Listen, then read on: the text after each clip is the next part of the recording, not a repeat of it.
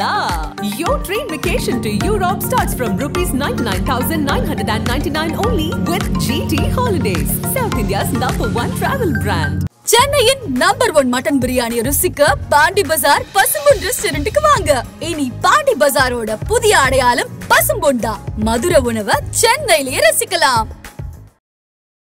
நான் என் நண்பனை பத்தி சொல்றேன், என்னோட லைஃப்ல நடந்ததை பத்தி சொல்றேன். இந்த முறை ரொம்ப தெளிவா இருந்தது அவரோட பேச்சு. காக்கா கழுகு கதையெல்லாம் அவர் தெரிஞ்சுதான் சொன்னார். அது சொன்னோம்னா என்ன நடக்குங்கிறது அவருக்கு தெரியும். எப்பவுமே ஒரு படத்தை ஓட வைப்பதற்காக அவர் சில விஷயங்கள்லாம் பேசுவார். முழு நேர கார் பந்தயத்தில் ஈடுபட போறேன், அது உண்மையா சார்? ஒரு அடுத்த நம்பிக்கையா இருக்கிறவர். இப்போ அவரும் நான் வருஷத்துக்கு ஒரு படம் தான் பண்ணுவேன், 2 படம் தான் பண்ணுவேன்னு போறதுங்கிறது அவங்க இண்டஸ்ட்ரிக்கே செய்கிற துரோகம். ஆர்எஸ்ல போயிட்டு வந்துட்டு பிரசாந்த் நீல் தான் தொடங்க போறாருங்களா? பிரசாந்த் நீல் ஒரு படம் பண்ண மாட்டாரு. அவ்வளோ பெரிய பிசினஸ் வேல்யூ எல்லாம் அஜித்துக்கு கிடையாது. ஏற்கனவே பாரஞ்சித்து படத்தில் போய் மாட்டிக்கிட்டு சின்ன பண்ணப்பட்டார் ரஜினி. அவருடைய மரியாதையை குறைச்சதே பாரஞ்சித்து தான். அது வரைக்கும் ரஜினிக்குன்னு ஒரு கெப்பாசிட்டி இருந்தது, அதை காலி பண்ணது அவருக்கு. விக்ரம் அண்ட் சூர்யா இணைஞ்சு வர போறாங்க சங்கர் டிரெக்ஷன்ல அப்படின்னு முக்கிய நிலையை உடனுக்குடன் குறிஞ்சது எல்லாருக்கும் தெரிஞ்சுக்கலாம். ஆதன் செயலை டவுன்லோட் பண்ணுங்க, டிஸ்கிரிப்ஷன் லிங்க் இருக்கு. ஆதன் சிமனையில் அனைவருக்கும் ஒரு பெரிய வணக்கம் அண்ட் வெல்கம் டு ஷோ. நீங்க நம்ம கூட அந்தன் சார் இணைஞ்சிருக்காங்க, நிறைய விஷயங்கள் பேச போறோம். வணக்கம் சார். வணக்கம். எப்படி இருக்கீங்க சார்? சிறப்பா இருக்கேன். சிறப்பு. எங்கிருந்து தொடங்கலாம்? வேட்டையிலேருந்து நான் தொடங்கிடணும்னு நினைக்கிறேன் சார். சார், இந்த ஃபங்க்ஷனில் நிறைய விஷயங்கள் பாசிட்டிவாக நடந்தாலுமே கூட ஆரம்பத்துலேருந்து நிறைய விஷயங்கள் இருந்தாலும் அந்த சகுனி, இந்த காக்கா கழுகுக்கு எதிர்பார்த்தாங்க, கிடைக்கல. சகுனியும் இவன் இன்னார் தான் அப்படின்ற மாதிரியான விஷயங்கள் பார்த்துட்டு இருந்தோம். அவர் பொதுவாக சொல்லியிருக்கிறாரு, அவர் வாழ்க்கையில் அவர் கடந்து வந்த பாதையை திரும்பி பார்க்குறாரு. அங்கே நிறைய சகுனிகளை அவர் மீட் பண்ணியிருக்காரு. ஸோ அதை தான் சொல்கிறார், வாழ்க்கையினுடைய அனுபவ பாடத்தை தான் அவர் சொல்கிறார். எப்போவுமே நீங்கள் சாதாரண ஒரு கிளர்க்காக இருந்தால் கூட அங்கே ஆஃபீஸில் அவருடைய மேலதிகாரிகள் டார்ச்சர் பண்ணுவாங்க. இப்போ ஒன்றும் இல்லை, இப்போ லிப்ஸ்டிக் விவகாரம் ஒன்று ஓடிக்கிட்டு இருக்கு, நல்லா தெரியும் உங்களுக்கு. சாதாரண ஊழியர் தான் அவங்க, பட் அவங்களுக்கு எவ்வளோ ப்ரெஷர் இருக்குது பாருங்களேன். ஸோ அது மாதிரி எல்லா துறையிலையும் எல்லாருக்கும் ப்ரெஷர் இருக்கும். அதான் நம்மை சுற்றி சகுனிகள் இருக்காங்க. நீங்கள் ரொம்ப சாமர்த்தியமாக இல்லைன்னா வாழ முடியாது அப்படின்னு சொன்னதை நம்ம பொதுவாக தான் எடுத்துக்கணும். இவரை சொன்னார் அவர் சொன்னாருன்னு நம்ம எடுத்துக்கிறதுல ஒன்றும் அர்த்தம் இல்லை. அது வேணால் பரபரப்புக்காக இருக்கலாமே தவிர அவர் லைஃப்பில் அவர் பார்த்த விஷயங்கள்லேருந்து ஒரு சம்பவத்தை சொல்கிறார். சம்பவம்னு இல்லை, ஒரு தத்துவத்தை சொல்கிறாருன்னு வச்சுக்கங்களேன். அந்த ப்ரெஷர்லேருந்து வெளியே வரதுக்கு தான் இந்த முறை ரொம்ப பார்த்து ஹேண்டில் பண்ண வரும். ஏன்னா ஏதோ ஒரு ஸ்டோரி காக்கா கழுகுன்னு சொன்னால் கூட இவங்களோட கம்பேர் பண்ணிடுறீங்க. நான் என் நண்பனை பற்றி சொல்கிறேன், என்னோட லைஃப்பில் நடந்ததை பற்றி சொல்கிறேன். இந்த முறை ரொம்ப தெளிவாக இருந்தது அவரோட பேச்சு. இல்லைங்க, அவர் எப்போவுமே இந்த போகிற போக்கில் பேசிட்டு பின்னாடி மாட்டிக்கிறவரெல்லாம் கிடையாது. அவர் ரொம்ப தெளிவாக பேசுகிறவர் தான். ஓகே. காக்கா கழுகு கதையெல்லாம் அவர் தெரிஞ்சுதான் சொன்னார். தெரிஞ்சுதான் அது சொன்னோம்னா என்ன நடக்குங்கிறது அவருக்கு தெரியும். எப்போவுமே ஒரு படத்தை ஓட வைப்பதற்காக அவர் சில விஷயங்கள்லாம் பேசுவார். கடந்த பல வருடங்களாக அப்படி தான் பேசிகிட்டு இருந்தார். வருவேன், நான் வர்றது எனக்கு தெரியாது, இறைவன் கையில் இருக்குது, இறைவன் எப்போ சொல்லுவான்னு தெரியாது, இப்படியே குழப்பி ஒரு முறையும் படத்தை ஓட வச்சுட்டு இருந்தார்ல. அது ஒரு கட்டத்தில் ஃபுல் ஸ்டாப் வைக்கிற அளவுக்கு சூழல் அமைஞ்சிருச்சு. இப்போ அதுக்கப்புறம் என்ன சொல்லி நீங்கள் படத்தை ஓட வைப்பீங்க? அது வரைக்கும் அரசியலை அப்படி காமிச்சு எடுத்துக்கிட்டு இருந்தார். திடீர்னு அதுக்கு ஃபுல் ஸ்டாப் வச்சாச்சு. அதுக்கப்புறம் என்னவா சொல்லணும்ல, அப்படி சொல்லப்பட்டது தான் காக்கா கழுகு கதை. ஸோ இந்த முறை ஒரு சகுனின்னு சொன்னது அந்த மாதிரி ஒரு பெரிய பிரச்சனையை இங்கே உருவாக்கும், அதன் மூலம் படத்துக்கு பப்ளிசிட்டி கிடைக்கணும்னு அவர் சொல்லலை. அவர் சாதாரணமாக சொன்னது தான். பட் இப்போ கண்டென்ட் இல்லை. அவரை பேச சொன்னால் நிறைய வாழ்க்கை தத்துவங்களை பேசுவார், நிறையா அவர் வாழ்க்கையிலேருந்து சுவாரஸ்யமான விஷயங்களை பேசுவார், எல்லாம் ஓகே. ஆனால் ஒரு படத்தை ஓட வைப்பதற்கான பரபரப்பை கிரியேட் பண்ணுற விஷயங்கிறது இன்றைக்கி எதுவுமே இல்லை. ஸோ அதனால் அவர் எதையும் பரபரப்பாக கிரியேட் பண்ணலை. ஏன்னா இப்போ விஜய் சம்மந்தப்பட்ட ஒரு விஷயத்தை பேசி அது ஜெயிலருக்கு பெரிய பூமாக இருந்துச்சு. ஆனால் இன்றைக்கி அவர் ஒரு அரசியல் மாநாடு அப்படின்னு போயிட்டார். அவர் எங்கேயுமே திரும்ப இவரை சீண்ட வரலை. அப்போ இவரும் அவரை விட ஜெயிச்சிட்டார். இப்போ ஜெயிலர் ஹிட்டுங்கிறது ஒரு மிகப்பெரிய ஹிட்டு. இன்றைக்கும் அவர் வயதில் பாதி கூட கிடையாது விஜய், அவரை விட சின்னவர் தான். ஆனால் மார்க்கெட் லெவலில் நீங்கள் பார்த்தீங்கன்னா இவர் வேணால் சம்பளம் நிறையா வாங்கலாம், பட் கலெக்ஷனில் போய் நின்றுட்டார்ல. ஜெயிலர் பெரிய கலெக்ஷன் தானே. இன்றைக்கி ஜெயிலர் கலெக்ஷனை கூட மீட் பண்ண முடியலல்ல. ஸோ இதுதான் சூழலாக இருக்குது. ஸோ அப்படி இருக்கும் பொழுது அவருக்கு அந்த கட்ஸ் எல்லாம் இருக்குது. பட் எதையாவது சொல்லி ஓட வைக்கணுங்கிற சூழல் இந்த முறை இல்லை. ஓகே சார், வெளியே அவ்வளோ ஃபேன்ஸ், ஏன்னா அது அரங்கமே நம்பி இருந்தாலுமே கூட வெளியே அவ்வளோ பெரிய உள்ள விடலை அப்படின்ற வருத்தம் எல்லாருக்குமே இருக்குது. அதை அறிஞ்சு ரஜினி அவர்களும் வருத்தப்பட்டதா தகவல்கள் கேள்விப்படுறோம். அது உண்மைங்களா? ரஜினி அவர்களுக்கு தெரிஞ்சிருக்கா? உண்மைதான். காரை விட்டு இறங்கி உள்ளே வரும்பொழுது அந்த விழா ஏற்பாட்டாளரை ரொம்ப பயங்கரமாக வான் பண்ணிட்டு போயிருக்கேன். என்ன ஆர்கனைஸ் பண்ணியிருக்கீங்க நீங்கள், என்னது அப்படின்னு சொல்லிட்டு பயங்கரமாக கோவப்பட்டு தான் உள்ளே போயிருக்காரு.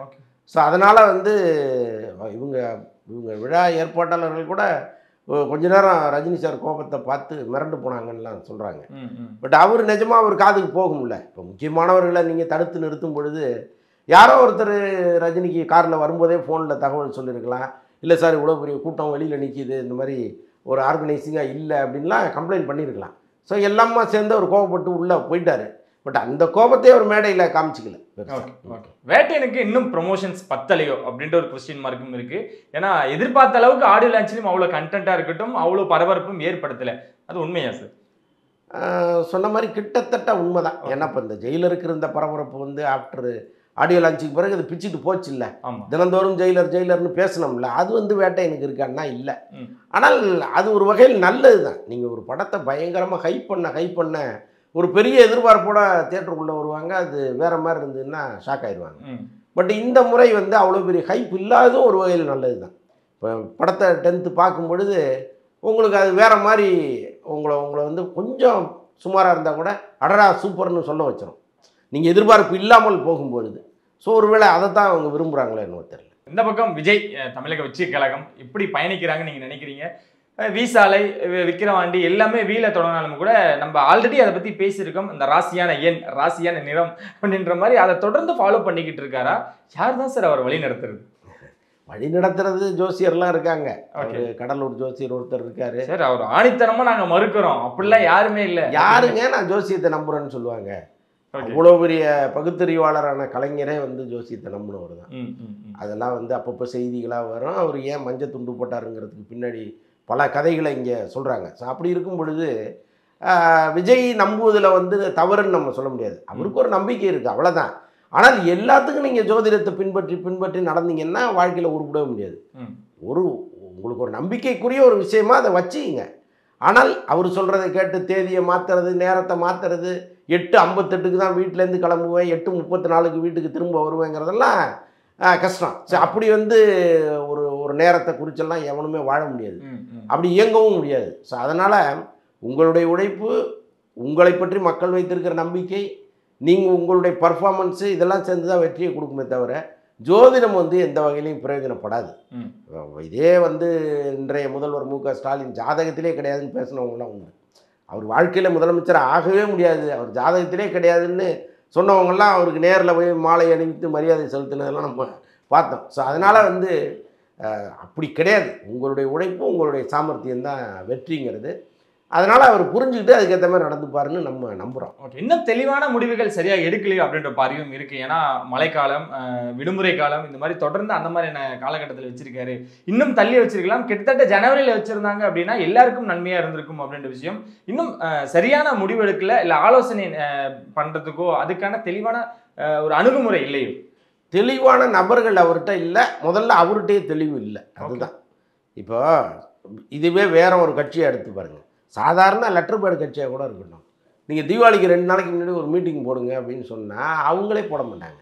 அது எப்படிங்க அவன் குடும்பத்தை பார்ப்பானா, நம்ம மீட்டிங்கில் வந்து நிற்பானான்னு தான் சாதாரண ஆட்களே கேட்பாங்க. அப்போது ஒரு தேதியை நம்ம ஃபிக்ஸ் பண்ணும்போது எப்போங்க இது தீபாவளி வருது, இது எப்போன்னு கேட்டு தீபாவளிக்கு 2 நாளைக்கு முன்னாடி இந்த டேட்டு வருதுன்னா யாராக இருந்தாலும் அது வேணாங்க, தள்ளி போடுங்கன்னு தான் சொல்லுவாங்க. ஸோ அவ்வளவு முக்கியமாக அவ்வளோ என்ன அவசியம் இருக்குங்கிறேன். 2026 தான் தேர்தல். இந்த மாநாட்டை அதை இப்போ நடத்தி தான் ஆகணும்னு ஏதாவது இருக்கா? ஒன்றுமே கிடையாது. மழைக்காலம் முடிஞ்ச பிறகு நடத்துங்க, இன்னும் நிறைய கூட்டம் கூடும். இப்போ நேற்றெல்லாம் சென்னையில் வந்து மழை அப்படியே பிச்சுட்டு ஊற்றுச்சு. இதே மாதிரி ஒரு மழை அன்றைக்கி அடிக்குதுன்னு வைங்க, என்ன ஆகும் நிலைமை? வர்றவங்களுக்கும் கஷ்டம், திரும்பி போகிறது கஷ்டம், அங்கே நிகழ்ச்சியை நடத்த முடியாது. அவ்வளோ பெரிய சிக்கலை எதுக்கு நீங்கள் உங்கள் தொண்டர்களுக்கு கொடுக்கணும்? மழை வரலைன்னா நல்லது, நீங்கள் நினச்சது சிறப்பாக நடந்துடும். ஒருவேளை மழை வருதுன்னா அது மழைக்காலம் தானே. மழைக்காலத்தில் எப்போ வரும் எப்போ போகும்னு யாருக்கு தெரியும்? அப்போ அந்த மழைக்காலத்தில் இந்த நிகழ்ச்சியை வைத்ததே தவறுங்கிறது தான் நம்முடைய கருத்து. பட் அவர் ஏதோ பிடிவாதமாக இருக்கார். பல பேர் சொல்லிட்டாங்க இது வந்து மழைக்காலம், தீபாவளிக்கு முன்னாடி, அது வந்து ஒரு மெயின் ரோடு, முக்கியமான ரோடு, அவ்வளோ போக்குவரத்து இருக்கும், அது எல்லாருக்கும் இடைஞ்சல், இவ்வளவும் சொல்லி பார்த்துட்டாங்க. ஆனாலும் நான் அப்போ நடத்துவேன் அப்படின்னா ஒன்று அவர் ஜோதிடத்தை நம்பி அந்த வேலையை செய்கிறாரு. ஜோதிடம் எந்த வகையிலும் கை கொடுக்காது. ஓகே, அவ்வளோ அடம் பிடிக்கிறார் அப்படின்னா கிட்டத்தட்ட அதுதான் கன்ஃபார்ம் பண்ணணும். பின்ன வேற என்ன? ஜோதிடர்கள் சொல்கிறத கேட்டு தான் அது இந்த தேதியில் வச்சாதாங்க நீங்கள் நாளைக்கு சிஎம் ஆக முடியும்னு யாராவது போய் சொல்லியிருப்பாங்க, அல்லது ஏதாவது ஒன்று சொல்லணுங்கிறதுக்காக சொல்லியிருப்பாங்க. அப்படிலாம் இங்கே ஒன்றுமே கிடையாது. ஜெயலலிதா அம்மாவோட ஜோதிடத்தை நம்பினவங்க இங்கே யாராவது இருக்காங்களா? அப்போ அவங்க என்ன ஆனாங்க? ஸோ அதனால் நமக்கு முன்னாடி இதை நம்பியவர்கள் என்ன ஆனாங்கன்னு பார்க்கணும். நீங்கள் உங்கள் வாழ்க்கைக்கு அதை ஒரு பாடமாக எடுத்துக்கிறது உங்கள் நம்பிக்கை. அதுக்குள்ளே போய் நம்ம பெருசாக விவாதம் பண்ண வேண்டியதில்லை. அதே நேரத்தில் முழுக்க அதை நீங்கள் நம்புனீங்கன்னா அது கவுத்து விட்டும். அதுதான் கடந்த காலத்தில் நாம் பார்த்தது. ஓகே, விஜய் அதாவது தலைவர் விஜயோட குரல் அங்கே கொஞ்சம் கம்மியாக தான் ஒலிக்குதோ சரி. ஏன்னா இன்னைக்கு கூட ஒரு ஆலோசனை கூட்டம் ஒன்று போட்டிருக்காங்க. அதுலேயும் விஜயோட அவரோட அந்த காணொலியோ இல்லை எதுலேயுமே அவர் வரல, கலந்துக்கல. அவரோட குரல் அங்கே கொஞ்சம் கம்மியாக தான் இருக்கும். என்னதான் தலைவராக இருந்தாலும் அங்கே இருக்கக்கூடிய மற்ற ஆட்கள் தான் செயல்பட்டுக்கிட்டு இருக்க மாதிரி தான் வெளியே கன்வே. ஒரு நடிகர் அரசியல்வாதி ஆவதில் இருக்கிற சிக்கலே அதுதான். இதுதான் அவங்க என்ன நினைக்கிறாங்க, நம்ம மக்கள்கிட்ட ரொம்ப நெருங்கி போனோம்னா நமக்கான கிரேஸ் குறைஞ்சிரும்னு நினைக்கிறாங்க. அதனால தான் அவங்க திரையில் வந்து அவ்வளோ பர்ஃபார்மன்ஸு பண்ணுறது. நீங்கள் பெரும்பாலும் மக்களோட அவங்க கனெக்ட் ஆகவே மாட்டாங்க, கூட்டத்தில் வரமாட்டாங்க. அப்படி வந்தால் கூட வருஷத்துக்கு ஒரு தடவை 6 மாதத்துக்கு ஒரு தடவை வந்து கையை காமிச்சிட்டு போயிடுவாங்க. அதையத்தான் வந்து அரசியலில் விஜய் ஃபாலோ பண்ணுறாருன்னு எனக்கு தோணுது. அது எந்த வகையிலையும் பிரயோஜனப்படாது. எப்போ நீங்கள் அரசியல் கட்சி ஆரம்பிச்சிட்டிங்களோ மக்களோடு மக்களாக நிற்கணும், போராட்டத்தில் நிற்கணும், மீட்டிங்கில் பேசணும். இது தொடர்ந்து அன்றாடம் நடந்துகிட்டே இருக்கும். தினந்தோறும் ப்ரெஸ்ஸை மீட் பண்ணணும். உங்கள் முகம் வந்துகிட்டே இருக்கும், டிவியில் வரும், பத்திரிகையில் வரும், இது வந்துகிட்டே இருக்கும். நீங்கள் உங்களுடைய ஸ்டேட்மெண்ட்டும் வந்துகிட்டே இருக்கும். அப்போ தான் நீங்கள் ஒரு அரசியல் தலைவராகவே கருதப்படுவீர்கள். ஆனால் இவரை பார்த்தீங்கன்னா நம்ம வந்து அடுத்தடுத்து முகம் காட்டினோம்னா நம்ம கிரேஸ் குறைஞ்சிரும்னு ஆடியோ லஞ்சே வேணான்ட்டார். நீங்கள் கோட்டு படத்துக்கு ஆடியோ லஞ்சு ஏன் வேணான்னாரு? கொடி அறிமுகத்துக்கு ஒரு முறை நம்ம வந்து ப்ரெஸ்ஸை மீட் பண்ணணும், ஆடியோ லான்ச்சுக்கு ஒரு முறை மீட் பண்ணோம்னா அந்த இடைவெளிங்கிறது ரொம்ப குறைவாக இருக்குது. அப்போ நம்ம அடுத்தடுத்து முகம் காட்டும் போது நமக்கான இமேஜ் குறைஞ்சிரும்னு நினைக்கிறார். ஒரு நடிகர் அரசியல் கட்சி ஆரம்பிக்கிறதுல இருக்கிற ஒரே பிரச்சனை இதுதான். ஓகே, கட்டுப்பாடுகள் விதிமுறைகளும் நிறைய விஷயங்கள் வச்சுருக்காங்க. வரவங்க எப்படி வரணும், எதில் வரணும், எந்த மாதிரி வரணும் அப்படின்ட்டு. அதில் கூட விஜய் அவர்களோட குரல் இல்லை, அவரோட எக்ஸ்தலத்தில் கூட எதுவுமே பதிவிடலை. இனி வர நாட்களை எதிர்பார்க்கலாமா சார்? இல்லை அமைதியாக மாநாட்டில் தான் நான் பேசுவேன் அப்படின்ற மாதிரி அங்கே தான் அவரோட குரலை கேட்க போகிறோம். இல்லை, ஒரு வேளை மாநாட்டில் எல்லாத்தையும் சேர்த்து பொங்குறாரு என்னவோ நமக்கு தெரியாது. இவ்வளோ கஷ்டங்களையும் பார்த்துட்டு என்னை வந்து இப்படி அடக்குமுறை பண்ணாங்க போனாங்க, நல நிகழ்ச்சியை சிறப்பாக நடத்தமில்ல, இந்த மாநாட்டை நடத்துவதற்கு அவ்வளோ இடையூறுகள் இருந்ததுங்கிறதெல்லாம் அவர் ஒருவேளை மேடையில் முழங்கலாம், நமக்கு தெரியாது. இல்லை, அதை கடந்து சாதாரணமாக அவருடைய எதிர்கால அரசியலை நோக்கி போயிடலாம். ஆனால் எல்லாத்தையும் தாண்டி இங்கே ஒரு எதிர்ப்பு அரசியல் பண்ணாமல் உங்கள் கட்சி வளரவே வளராது. ஏன்னா எதிர்க்க வேண்டிய தேவை இங்கே இருக்குது. நீங்கள் நல்லா இருக்கிற ஒரு அரசாங்கத்தை நீங்கள் எதிர்க்கணுங்கிற அவசியம் கிடையாது. ஆனால் ஏன் நீங்கள் வரீங்க? ஒரு மாற்று சக்தியாக நீங்கள் வர வேண்டியதற்கான அவசியம் என்ன இருக்குது? ஏற்கனவே இருக்கிறவங்க சரியில்லைன்னா தான் நீங்கள் வரணும்னு நினைக்கணும். அப்போ நீங்கள் வர்றீங்கன்னா ஏற்கனவே என்னென்ன சரியில்லைங்கிறத சொல்லணும். இப்போ இதெல்லாம் சொல்லாமல் நீங்கள் ஒரு அரசியல் பண்ண முடியும்? நான் வர்றேன், எனக்கு ஓட்டு போடுங்கன்னா ஏன் போடணும்னு கேட்பேன். ஸோ அதெல்லாம் இருக்குது. இவர் வந்து ஒரு தீவிர அரசியல், ஒரு எதிர்ப்பு அரசியலை முன்வைப்பாராங்கிறது இது வரைக்கும் நமக்கு டவுட்டாக இருக்குது. ஓகே, 69ஓட நான் முழு நேர அரசியல் அப்படின்னாரு. இந்த பக்கம் இன்னொரு நடிகர் நான் முழு நேர கார் பந்தயத்தில் ஈடுபட போகிறேன். அது உண்மையா சார்? ஏன்னா அஜித் அவர்களும் இதுலேருந்து ஓய்வு பெற போகிறாரா? சினிமாவில் இருந்து சினிமாவிலேருந்து ஓய்வு பெற மாட்டார், பெரும்பான்மையான நேரத்தை ரேஸுக்கு செலவழிப்பார். அதுதான் இப்போதைக்கு அவர் எடுத்திருக்கிற முடிவு. அது வந்து ஒரு தவறான முடிவு தான். எப்போவுமே ஒரு மனுஷனுக்கு வந்து உள்ளுக்குள்ளே நிறைய லட்சியங்கள் இருக்கும், ஆசைகள் இருக்கும், அதை நோக்கி பயணம் பண்ணணுங்கிறதெல்லாம் தப்பு இல்லை. ஆனால் இன்றைக்கி சினிமாவில் ஒரு வெற்றிடம் வந்து விஜயால் உருவாயிருச்சு. இப்போ அவர் போயிட்டார், ஒரு மிகப்பெரிய வர்த்தகம் வந்து இங்கே இல்லாமல் போகுது. இப்போ தியேட்டருக்காரங்களும் விநியோகஸ்தர்களும் பயங்கரமாக புலம்பிகிட்டு இருக்காங்க, இப்படி ஒரு போயிட்டாரே, வருஷத்துக்கு ஒரு படத்தாவது நீங்கள் பண்ணிடக்கூடாதான்லாம் கேட்டுட்டு இருக்காங்க. ஸோ இப்படிப்பட்ட சூழலில் ஒரு அடுத்த நம்பிக்கையாக இருக்கிறவர் அஜித். இப்போ அவரும் வந்து நான் வருஷத்துக்கு ஒரு படம் தான் பண்ணுவேன், 2 படம் தான் பண்ணுவேன்னு போகிறதுங்கிறது அவங்க இண்டஸ்ட்ரிக்கே செய்கிற துரோகம்.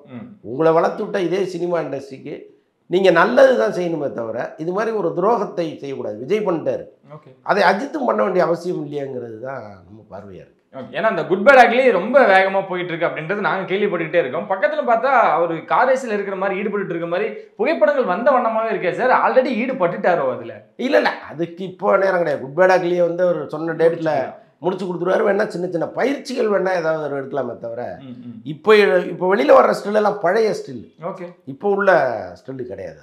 இதெல்லாம் பழசு பழக்கப்பட்டது. ஆனால் அவர் ஈடுபடுறதுன்றது கிட்டத்தட்ட உறுதி ஆயிடுச்சு. ஆமாம், உறுதியாயிருக்கு. நிச்சயமாக அவர் ஏற்கனவே அவர் மனசுக்குள்ளே இருக்கிற அந்த விஷயந்தான். இப்போ என்ன நினைக்கிறாரோ தெரியல. இவர் அரசியலுக்கு போயிட்டாரு, நம்ம சண்டை போடுறதுக்கு ஒரு தகுதியான ஆள் நமக்கு இல்லைன்னு கூட நினச்சிருக்கலாம். அப்போ அப்படியே எப்போது வந்து ஒரு படம் பண்ணுவோம், முழுக்க முழுக்க இந்த பக்கம் போயிடுவோம்னு நினச்சிட்டாரு போல. இது எந்த படம் சார் கடைசியாக இருக்க போகுது? ஏன்னா இதை பற்றி ஆல்ரெடி நம்ம ரொம்ப நிறைய விஷயங்கள் பேசியிருக்கோம். பிரசாந்த் நீல் படத்தை முடிச்சுட்டு இல்லை அதுக்கு முன்னாடி ஒரு பிரேக் எடுத்துட்டு இதில் போயிட்டு வந்துருவாரு, கார் ரேஸில் போயிட்டு வந்துட்டு பிரசாந்த் நீல் தான் தொடங்க போறாருலாம் எல்லாரும் சோசியல் மீடியாக்கள் எழுதிக்கிட்டு இருக்காங்க. பிரசாந்த் நீலே கிடையாதுங்க. ஏன் தான் இப்படி திரும்ப திரும்ப சொல்லிட்டு இருக்காங்கன்னு தெரியல. பிரசாந்த் நீல் கிடையாது.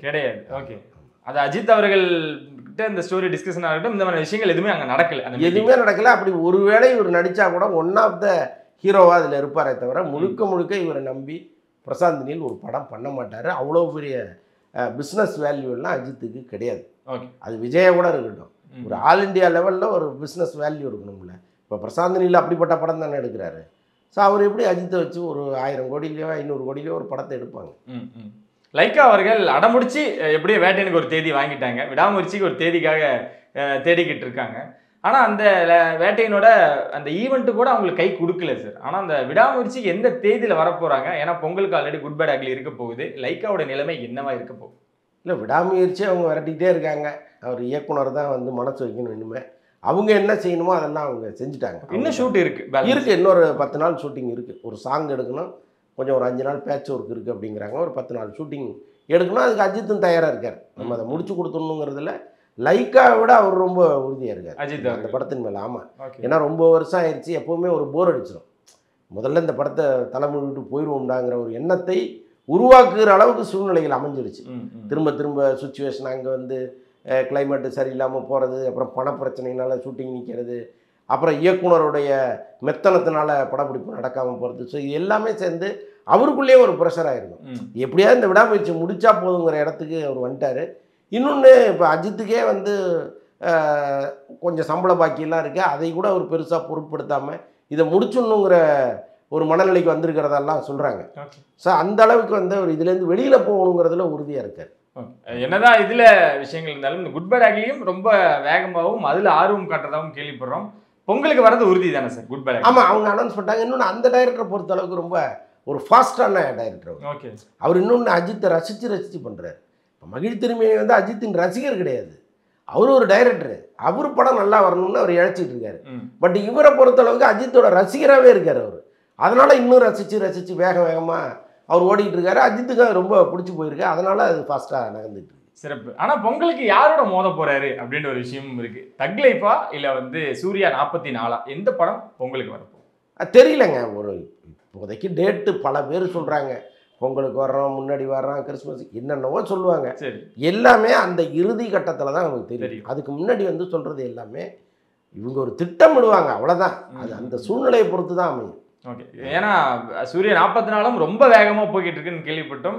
அப்படிதான் இருக்குங்களா? இல்லை, அந்த டைரக்டரும் ரொம்ப ஃபாஸ்டான டைரக்டர். ஓகே, கார்த்திக் சுப்ராஜும் ரொம்ப ஃபாஸ்டான டைரக்டர். அவரே வந்து ஏதோ அடுத்து ரஜினிக்கு ஒரு கதை சொல்லியிருக்கிறதாகவும் ரஜினி வந்து அவருக்கு ஒரு டேட்டு கொடுப்பாருங்கிற மாதிரி சொல்லிட்டு இருக்காங்க. ஓகே, ஆமாம். அதனால இந்த 44 கிட்டத்தட்ட முடிச்சுட்டு சீக்கிரம் முடிச்சுட்டு டக்குன்னு அங்கே போகணுங்கிற ஒரு மைண்ட் செட்லேயே அவர் இருப்பார். ஓகே, இப்போதான் சார் புரியுது ஏன் மாரி செல்வராஜ் இல்லை அப்படின்னா அந்த இடத்த வந்து ஜெயிலர். இன்னொன்று, மாரி செல்வராஜ் டைப்பான படங்களை ரஜினி இனிமேல் பண்ண மாட்டார். ஓகே, காலா கபாலி. ஆமாம், அந்த வேட்டை நாடிய லான்ச்சில் என்ன சொன்னார்?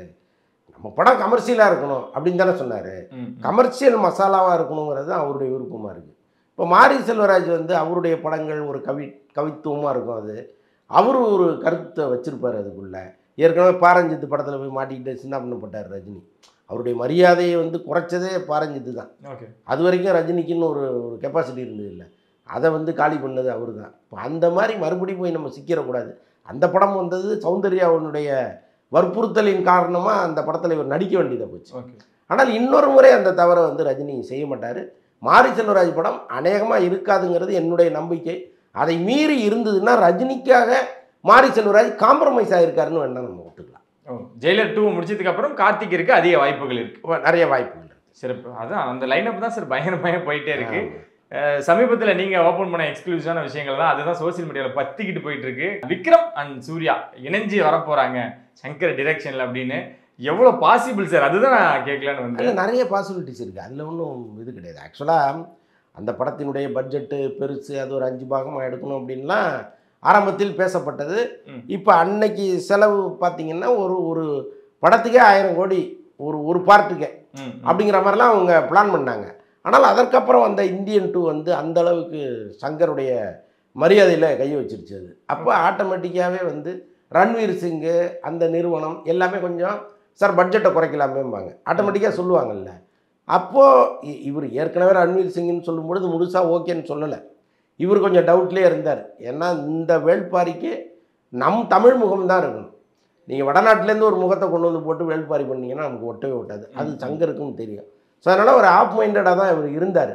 ஸோ இப்போ சூழல்கள் கொஞ்சம் மாறும் பொழுது இன்றைக்கி வந்து பட்ஜெட் வைஸே ரொம்ப குறைவாக பண்ணிட முடியும். ஒரு கிரீன் மேட்லேயே முழு படத்தையும் எடுக்கிற அளவுக்கு இன்றைக்கி சூழல்கள் மாறி இருக்கு. ஸோ அதனால் அவர் என்ன பண்ணுறாரு, விக்ரமையும் சூர்யாவை வச்சு எடுத்தா என்ன அப்படின்னு அவருக்கு ஒரு தாட்ஸ் வந்திருக்கு. முதல் கட்டமாக இந்த பேச்சுவார்த்தையை துவங்கியிருக்கிறாருங்கிறது தான் தகவல் இப்போதைக்கு. ஓகே, என்னதான் பிதாமகனோட காம்போவாக இருந்தாலுமே கூட இப்போ இவங்க 2 பேரும் இவங்களோட பிஸ்னஸில் ஸ்ட்ராங்காக இருக்காங்க. ஆமாம், இணைய எவ்வளோ வாய்ப்புகள் இருக்கும்? நிறைய இருக்குது, நிறைய வாய்ப்புகள் நிறையா இருக்குது. இன்னொன்று சங்கர் கூப்பிட்றாருன்னா இவங்க 2 பேரும் வேணாம்னு சொல்ல போகிறாங்க. அதனால் நிச்சயமாக அதுவும் வேள்பாரி கதைங்கிறது அவ்வளவு ஒரு சுவாரஸ்யமான ஒரு கதை அது. ஸோ அதனால் நிச்சயமாக அவங்க பண்ணுறதுக்கு வாய்ப்புகள். ஓகே, தக் லைஃப் ஷூட்டிங் முடிஞ்சு சார், ஆனால் எஸ்டிஆர் அவர்கள் என்ன பண்ணிக்கிட்டு இருக்கார் அப்படின்ற ஒரு கேள்வி தான் அவங்களோட ஃபேன்ஸ் வச்சுக்கிட்டே இருக்கு. இந்த படத்துக்காக அவர் நிறைய மெனக்கெட்டு இருக்காரு. ஆமாம், அவர் வழக்கத்தை சிம்புவுக்குன்னு ஒரு வழக்கம் இருக்குது சினிமாவில். அவர் வந்து நினச்ச நேரத்துக்கு தான் வருவார், ஆனால் வந்தால் ஒரே டேக்கில் எடுத்துருவார். ஸோ இப்படி தான் இப்போ நாள் முழுக்க நடிக்கிறத விட ஒரு கொஞ்சம் லேட்டாக வந்தால் கூட கரெக்டாக ஒரு தடவை கேட்டுட்டு டக்குன்னு நடிக்கிற அளவுக்கு ஒரு கிராஸ்பிங் பவர் அவர்கிட்ட இருக்குது. ஸோ அதனால் வந்து அவர் கொஞ்சம் லேட்டாக வர்றது இதெல்லாம் வழக்கமாக இருந்துச்சு. ரொம்ப டெடிகேட்டிவாக ஒர்க் பண்ண மாட்டார். அது எல்லாத்தையுமே வந்து மணிரத்னம் மாற்றி விட்டார். அவர் வந்து மணிரத்னம் படங்கிறதுனால சிம்பு இறங்கி வர நம்ம தம்பியாச்சேன்னா அவர் கொஞ்சம் அப்படி தோளில் கை போட்டு மெதுவாக அந்த படத்தை முடிச்சிட்டாரு. நிறைய இம்பார்ட்டன்ஸ் இருக்குது படத்தில். தக் லைஃப்பில் வந்து கமலும் சிம்புவும் தான். ஸோ அதனால் வந்து அந்த ஈக்குவலாக அந்த இதெல்லாம் பிரித்து கொடுத்துருக்குறாரு. ஓகே, அந்த அளவுக்கு இந்த படம் வந்து அவருக்கு ஒரு முக்கியம் வாய்ந்த படமாக இருக்குது. இப்போ ஒரு சின்ன ரெஸ்ட் அவருக்கு நிச்சயமாக தேவைப்படும். ஏன்னா இப்போ நான் ஸ்டாப்பாக வேலை பார்த்த ஒருத்தர் ஒரு 15-20 நாளாவது ரெஸ்ட் எடுக்கணும்னு நினைப்பார். இதற்கப்புறம் தேசிங் பெரியசாமி படத்திற்கான ஒரு வேலைகள் நடந்துட்டுருக்கு. ஒரு அண்டர் கரண்ட்டில் ஒன்று நடக்குது. துபாயில் இருக்கிற ஒரு ப்ரொடியூசர்கிட்ட தொடர்ந்து பேசிகிட்டு இருக்காங்க. அவரும் பண்ணுவதற்கு முழு மனசோட தயாராக இருக்கார். இந்த பட்ஜெட் வைஸ் இந்த மற்ற விஷயங்கள்லாம் பேசிகிட்டு இருக்காங்க. விரைவில் அந்த அறிவிப்பு வர்றதற்கு வாய்ப்பு. ஓகே சார், இந்த கேப்பில் வேல்ஸோட ப்ரொடக்ஷனில் டிராகனோட டைரக்டர் அவரோட இணைஞ்சு பணியாற்ற மாதிரியும் நிறைய விஷயங்கள் வருது. அடுத்த படத்துக்கு ரெடி ஆகிட்டாரா இல்லை தேசிங் தானே சார்? தேசிங் தான் அடுத்த படம். அதில் ஒரு மாற்றம் கிடையாது. ஆனால் ஐஸ்வரி கணேஷோட இன்னமும் அவருக்கு அந்த பிரச்சனை ஒன்று போயிட்டே இருக்கு. ஆக்சுவலாக அவருக்கு கொடுத்த அட்வான்ஸ் இருக்குது, இவர் படம் பண்ணி தர வேண்டிய கமிட்மெண்ட் அவருக்கு இருக்குது. ஆனாலும் சிம்பு சொல்கிற சில நிபந்தனைகளுக்கு அவர் ஒத்து வர மாட்டேங்கிறாரு, அவர் சொல்கிற நிபந்தனைக்கு சிம்பு ஒத்து வர மாட்டேங்கிறாரு. இவர் அனுப்புன டைரக்டர் ஐஸ்வரி கணேஷ் ஓகே சொல்ல மாட்டேங்கிறாரு, அவர் அனுப்புகிற டைரக்டர் சிம்புக்கு பிடிக்க மாட்டேங்குது. இப்படியே போயிட்டு இருக்கு, நான் சிங்காவே இருக்குது. ஸோ அதனால் அது இப்போ உடனே நடப்பதற்கு வாய்ப்பு இல்லை. இப்போ வந்து தேசிங் பெரியசாமி தான். ஓகே, இறுதியாக ஒரு கேள்வி சார். மெய்யழகன் டீம் படம் நல்லா வந்திருக்கு, நிறைய விஷயங்கள் பார்த்துக்கிட்டு இருக்கோம். ஆனால் அந்த லட்டு இஷ்யூ நீங்களும் பார்த்துருப்பீங்க, ட்விட் போட்டதாக இருக்கட்டும், இங்கே சில எதிர்ப்புகள் அதுக்கு விஷயங்கள் இருக்குது. எப்படி மன்னிப்பு கேட்கலாம் அப்படின்ற விஷயம், இது எப்படி நீங்கள் பார்க்குறீங்க? எனக்கு மன்னிப்பு கேட்க வேண்டிய அவசியமே இல்லையேங்க. தவறு செய்யாத ஒருத்தன் எந்த சபையில் நின்று நான் எதுக்கு மன்னிப்பு கேட்கணும்? கேட்கலாம்ல. இப்போ கார்த்தி வந்து என்ன சாதாரண ரோட்டில் போகிற ஒரு மனுஷனை கிடையாது இல்லை. இன்றைக்கி அவருக்குன்னு அவ்வளோ பெரிய ரசிகர் கூட்டம் இருக்குது, ஒரு பாரம்பரியமான குடும்பத்தை சேர்ந்தவர். நான் என்னையா தப்பு பண்ணேன்னு கேட்கலாம்ல. ஒருத்தர் கேட்குறாங்க, லட்டை பற்றி கேட்குறாங்க, நோ கமெண்ட்ஸுங்க, ரொம்ப சென்சிட்டிவான விஷயமா போயிட்டுருக்கு, நான் கருத்து சொல்ல விரும்பலன்னு சொல்கிறாரு. அது எப்படி தவறாக இருக்கும்? நீங்கள் கருத்து சொல்லி அந்த கருத்து பலருடைய மனதை புண்படுத்தியிருந்தீங்கன்னா நீங்கள் பேசுகிறதுல நியாயம் இருக்குது, மன்னிப்பு கேளுன்னு சொல்கிறதுல நியாயம் இருக்குது. எதுவுமே பண்ணலையே அவர், எதுக்கு மன்னிப்பு கேட்கணும்? இவர் வந்து ஊருக்கு முன்னாடி போய் காலில் விழுவுறதுங்கிறது தான் பல பேருக்கு பிடிக்காமல் போயிடுச்சு. அது வந்து அதை அவர் தவிர்த்திருக்கும். சார், ஆனால் ஜெய்பீம் இஷ்யூ வரும்பொழுது சூர்யாவுக்கு இருந்த துணிச்சல் கூட கார்த்திக் இல்லையோ அப்படின்ற ஒரு விஷயம் பார்க்கப்படுது. இல்லை மெய்யழகன் பிஸ்னஸ்க்காகவா, எதனால் டக்குன்னு அந்த ஒரு இல்லைங்க, 2D படம். ஓகே, இது இன்னொருத்தர் படம்னா கூட ரொம்ப ஸ்டபனாக இருந்துருவாங்க. சொந்த பணத்தை போட்டிருக்காங்க. அப்போ எதுக்கு ஆந்திரா மார்க்கெட்டுங்கிறது ஒரு பெரிய மார்க்கெட்டாக இருக்குது, தெலுங்கு மார்க்கெட்டு. இப்போ அதை வந்து நம்ம எதுக்கு லூஸ் பண்ணணும்னு நினச்சிருக்கலாம். பணம் தான் இங்கே. இந்த 5 கோடி 6 கோடி சம்பாதிக்க போகிறாங்க. அதில் என்னத்துக்கு வரலைன்னா பரவாயில்லன்னு விட்டுட்டு அந்த கம்பீரத்தோடு இருந்திருந்தால் தமிழ் மக்கள் வந்து அவரை ரொம்ப பெருமையாக பார்த்துருப்பாங்கல்ல. எதுக்கு இப்படி பண்ணாருன்னு தான் தெரியல. ஓகே, இதுக்கு யாரும் வழக்கம் போல் இங்கே இருக்கிற சில நடிகர்கள், எல்லா நடிகர்களையுமே காமனாக சொல்லலாம், யாரும் வாய்ஸ் கொடுக்க மாட்டாங்களே. இந்த மாதிரி இஷ்யூ வந்தாலே எல்லாரும் அமைதியாகிறாங்களே, என்ன காரணம்? இல்லை, எதுக்கு இங்கே வாய்ஸ் கொடுக்கணும்? இப்போ இவங்க மற்றவங்க பிரச்சனைக்கு இவங்க 2 பேரும் போய் வாய்ஸ் கொடுக்குறாங்களா என்ன? இப்போ கார்த்தியும் சூர்யாவும் யாருக்காவது ஒரு பிரச்சனை அப்படின்னா போய் வாய்ஸ் கொடுத்தாங்கன்னா இப்போ அவங்க வாய்ஸ் கொடுக்குறதுல அர்த்தம் இருக்குது. யாருக்கும் நான் கொடுக்க மாட்டேன்னா உங்களுக்கும் யாரும் கொடுக்க மாட்டாங்க, அவ்வளோதான். இதானே இதில் என்ன இருக்கு? சரி, அதுக்கு அவரு வேற பவன் கல்யாணம் மாதிரி ஒரு ட்வீட் போட்டு இது ஓகே உங்க படத்துக்கு எங்களோட வாழ்த்துக்கள்ன்றாரு. ஆக்சுவலாக அவரு விமர்சனம் பண்ணது பிரகாஷ் ராஜா. இவரு கிடையாது, இவரு சம்பந்தமே இல்லாமல் நடுவில் பூந்து தேவையில்லாமல் வந்து மன்னிப்பு கேட்டு இவர் இமேஜை இவரே குறைச்சிக்கிட்டார். சரி, ரொம்ப நன்றி சார். வழக்கம் போல நிறைய விஷயங்கள் எங்களோட நீங்கள் பகிர்ந்துட்டீங்க. நினைச்சு சரி உங்களுக்கு 4 நம்பர்லேயும்